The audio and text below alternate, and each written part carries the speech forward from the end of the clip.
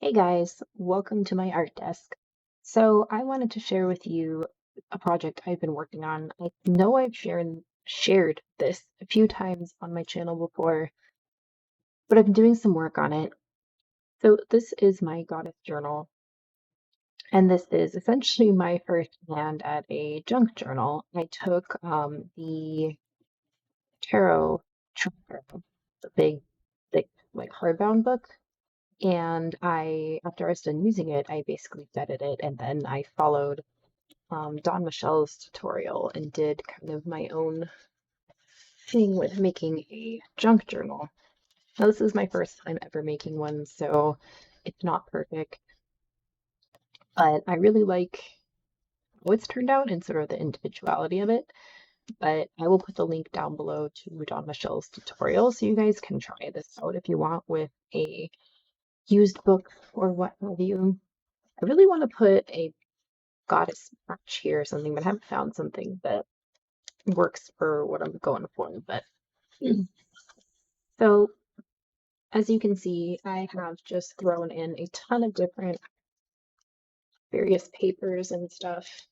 Um, Various like scrapbooking paper, and then there's just that like fake tea dyed paper. And I do tea dye some of my own paper, but I've only done it in one other journal. And I just didn't really want to put in the for this, so I just got some fake stuff. But it works in a pinch. Anyway, essentially what this book is it's sort of a creative expression and devotion to the goddesses specifically that I work with, as well as the divine feminine energy in general. Really cannot speak today. But I wanted to walk you guys through kind of what I've done so far. So the first bit here is just bits and pieces of images that I really view as the divine feminine as a whole, and kind of how I see that in this space. I think I'm going to kind of talk about working with your womb space. For me, that can be kind of challenging considering a very complicated relationship with my womb, my physical womb. So I really need to do some healing work around that, and I think I'm going to dedicate this page to that. And then here, I think I want to talk about just cycles and the divine feminine, the cycles of life, and the divine mother.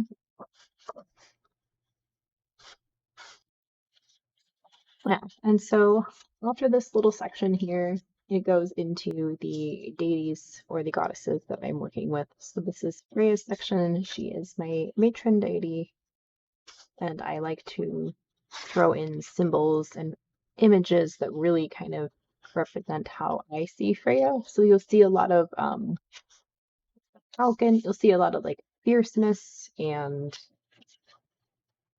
that kind of warrior archetype. That's how Freya comes to me, but also that femininity. And I associate roses with Freya as well, so I have a lot of roses in here for her.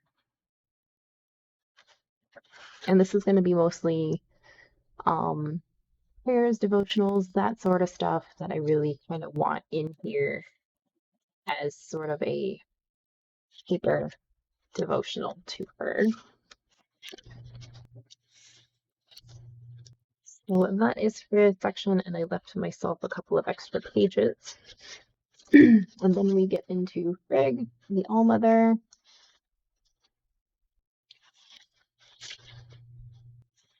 I felt like sunflowers were really a really good association with her, so I actually just done a sunflower sticker, and there's a collage of Frigg. This right here is a sticker of the sky, which is associated with the clouds in the sky, and in here I put like these floral stickers that spell out All Mother. I know it's kind of hard to see on camera. I'm actually a little tempted to go through with a black pen and go around them so they pop more because it's a little hard to read. So there is my section for Frigg. And then we get into Hull. I associate Hull with white roses, and I also associate her with moths, or specifically death's head moths. But has been something that has been rather prevalent with recently. She has sort of taken on the title to me of the Shadow Mother. So I felt that it was really fitting to put here. This is probably my favorite image of her. This is actually how I tend to see her with the long, wavy white hair.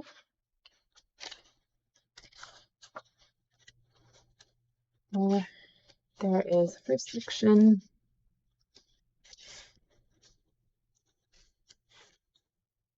And I think I gave myself a lot of extra space because with Hell because I know that I'm in a lot of reflections on like shadow work and stuff. That seems to be predominantly what I work with Hell for. The next is Santa Muerte, and I associate her with monarch butterflies as well as owls. And I have a sugar skull, and I associate her with marigolds. One of my favorite titles for her is the Black Lady, which my American accent will not do very well speaking that in Spanish, but I would love to try my tongue with that a little bit more. I really do want to be respectful of her and the background that she has come from. So I'm pretty sure at some point I probably will put the Black Lady in Spanish on here as well.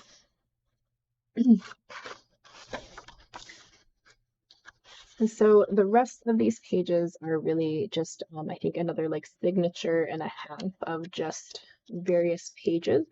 I'm not sure what I'll end up doing with these, but I kind of just wanted a huge section to just be blank. Yeah, it's about two signatures to a signature and a half, I'd say probably. And I sewed these signatures in. I glued this into this fabric. I did all of this myself. And as you can see, like it's not perfect, but it's mine. I made it, and I'm quite proud of it, really. So if this is something that you guys are interested in, if it's something that you'd like to do for your goddesses or whatever reason, I highly recommend it. I really am excited to see how this takes shape and, what more I can put in it to honor my goddesses. But I will be sure to, again, put the link down below to Dawn Michelle's tutorial that I followed when it came to initially constructing this journal.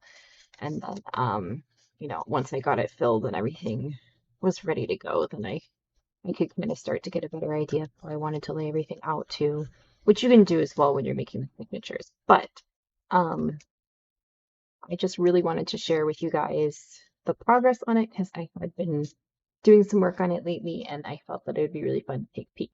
So that is my goddess junk journal per se. And there you go. Thank you for watching, guys. And as always, blessed be.